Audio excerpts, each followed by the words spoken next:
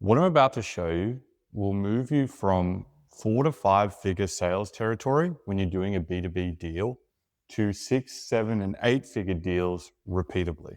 And at the same time, it'll actually make you feel like you're getting work done when you do a meeting with a prospect versus it just feel like routine, talking past each other, and fundamentally really just sucking. I know you've all had those meetings where you're just going through the motions, asking for next steps, and it doesn't feel meaningful. We stopped doing that at my old business, and it drove us to 8 figures in revenue, up from 6 figures in 14 months. In this video, I'm going to show you the 3 actions that you can apply to any meeting that get them from a routine meeting to what we like to call shared work. Now, I'm Tom Moore. I'm the managing partner and founder of CounterpartOS. Today, we've helped our clients achieve over 65 million in recurring revenue through transformational B2B partnership deals and enterprise deals with counterparts. Our goal is to help 1,000 founders do one 8-figure deal that transform their business so they don't have to raise a shitty VC or seed round. But let's get into our session today to show you how we moved from routine meetings that felt lackluster to getting into shared work with our customers before we had a transaction, and it greatly increased our deal value and sped up our deal cycle. Let's get stuck in.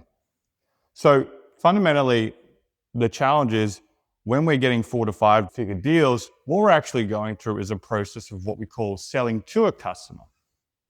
But if we can shift our focus from a salesperson to a facilitator, we can go from selling to customers to selling with customers.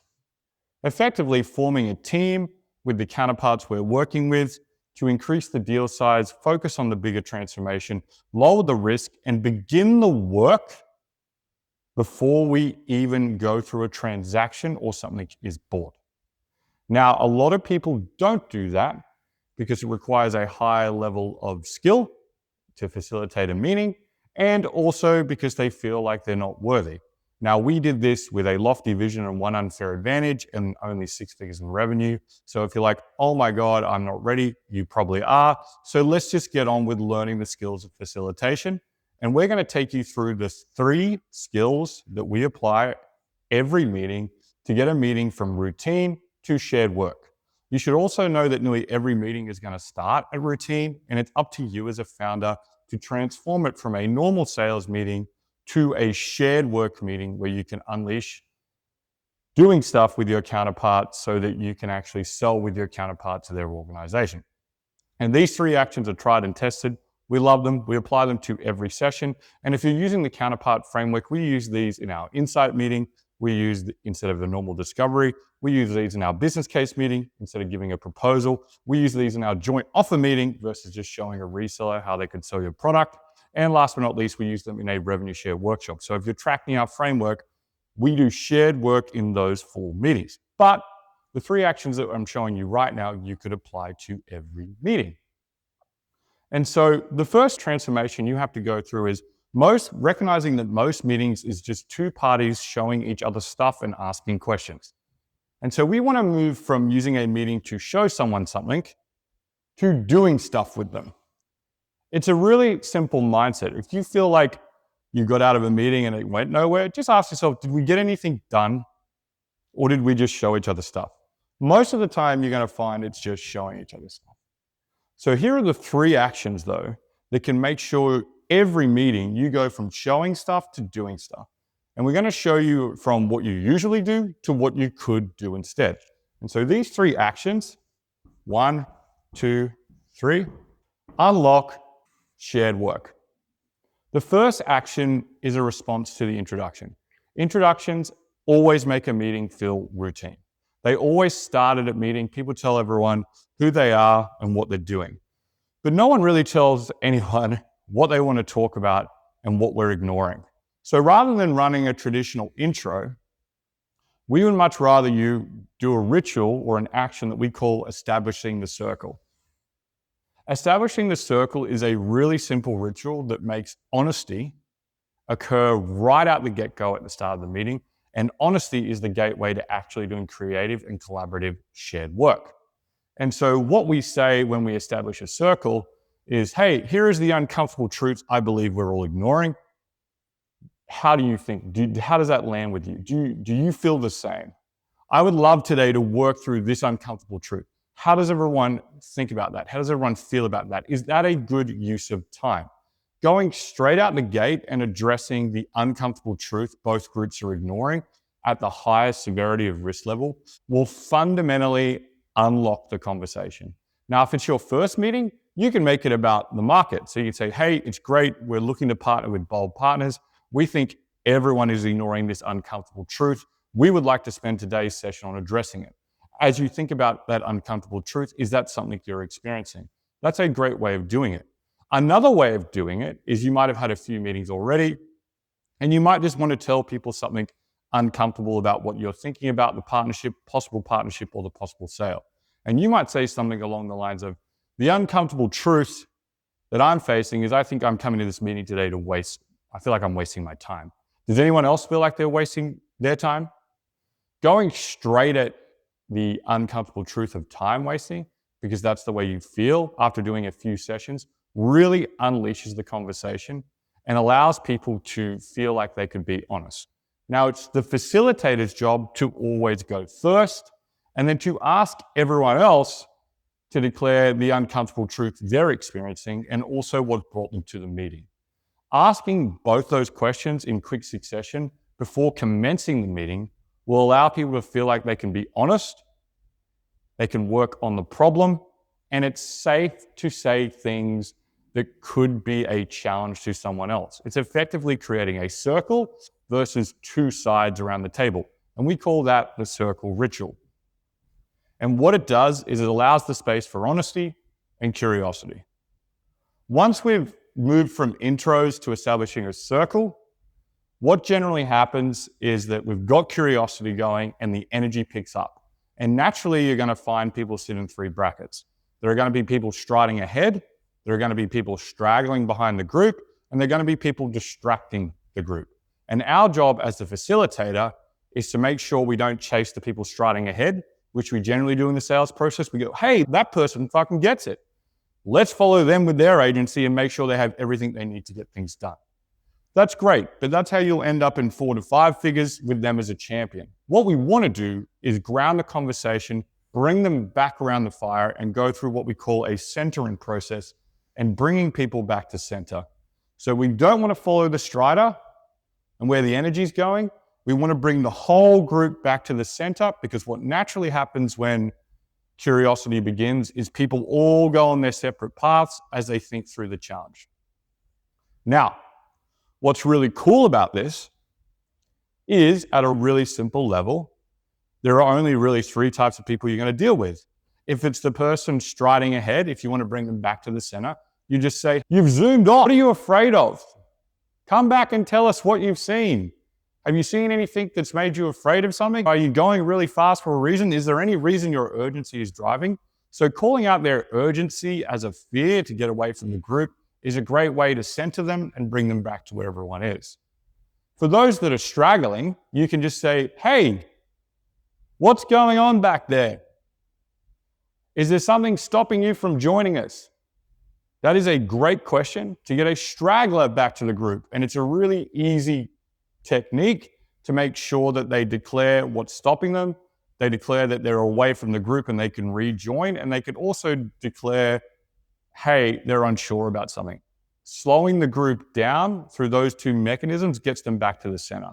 And the last person that will stop the centering happening is generally what we call a distractor. So throughout the meeting, they'll keep throwing red herrings, throwing rocks, positive or negative, and just disrupt the conversation. The easiest way to deal with the distractor to keep the group centered and keep them thinking about the problem and working on the problem together is just to call out, hey, I noticed that you keep trying to distract us all. What is that about? It's a really simple, relentless way of getting to the reason why they're distracting. Now, most people probably just are distracting for some attention. Another subset of people are distracted because they don't want to do anything after this meeting, and they could be cynical. Either way, it's going to call it out and it's going to eliminate the distractor. So by eliminating the distractor, bringing the strider back and getting the straggler to join the conversation, we've been able to center the group, and it's a much better way to keep the whole group focused on the work, collaborating, versus just chasing the one with the energy that's striding ahead, which is what we normally do when we spot a champion. Now, the last action and ritual we want to take is we don't want to do the next steps process, and we want to move something to call naming the courage and naming the heroes. And it's what we call a walking home ritual. So it's making sure that we actually have closure at the end of the meeting as a team for delivering on something new, uncomfortable, and something shared. At the end of a meeting, when we do some selling, we usually always focus on next steps. And next steps is really routine. The problem with next steps is it lowers the commitment level back to the individuals versus keeping it at a shared work level and keeping the momentum going. We're not going to get everything done in 45 minutes, an hour and a half, and 2 hours. So we don't want to close it off with next action steps because we're probably still in the work, especially if we're shooting for a 6, 7, 8-figure deal. And so how we do that is rather than end the meeting on here are the next actions, we end the meeting by saying, hey, before we finish up, I'd love to go around the room and allow everyone the opportunity to name something that surprised them when they saw courage in another member of the group today. That might sound really fuzzy, it might sound really touchy-feely, but it is an awesome way of turning two teams into one team, and you're always surprised by what you learn about one another and who felt the leadership from someone else. But it also allows everyone to go, well, leadership is important, and I must continue to contribute to this project and this shared work in order to be seen as someone also leaning into the transformation as someone should be liked and fit within my peer group. So it is a great mechanism to go from an environment that's generally autocratic, bureaucratic, to one that is more tribal, and it allows people to share what they experienced in the session and creating an identity for the session itself around courage. Knowing going forward, we're not going to go to next steps. We have to stay in shared work and we have to stay courageous. And that's how you get a deal from 4 to 5 figures to 6, 7, and 8. So those are our top 3 actions and rituals that we use at Counterparts to turn a deal from a 4 or 5 figure deal to a 6, 7, and 8 figure deal, and to go from selling to customers to selling with and getting into a process of shared work. And that is making sure you kick off a circle, centering the group back to the conversation versus following the energy, and ending the conversation on naming whose courage you admire and going through the hero ritual, who's been the hero today, versus focusing on next steps. And all this can be super scary and it's a little uncomfortable. So if you are a facilitator for the first time, the easiest way to nail facilitation is to make sure that there is adequate representation from your tribe and team on the call that's not you, and you take the middle ground as the facilitator. And if anything goes wrong, the pro tip that we always say when you feel like you've overstepped, you've done something too awkward or no one's leaning in, just call it out as your fault. It's, hey, when I name that uncomfortable truth, that's my fault. What I was trying to do was this and this happened. Every time it's too awkward and it never actually occurs and you can't execute on the action, as long as you take the role of the facilitator and name it's all your fault, what actually happens is this weird thing where sometimes in order to achieve belonging in shared work, the facilitator has to die. In a sense, Tom is being really annoying, but he's making us do this and I'm enjoying it. So if Tom says, oh, this awkwardness is my fault, then I know it's not my fault, and then I can get on with the shared work. So the pro tip that we have for all newcomers and first-time facilitators is something when you feel wobbly, when you feel like it's got off center, is just to mention it's all your fault. And so that is our counterpart framework to get meetings from routine to shared work. And if you get into shared work before you transact, you will get a much larger deal and you will come across as a much more sophisticated entrepreneur because you're showing us your counterparts that you can facilitate versus just sell to them.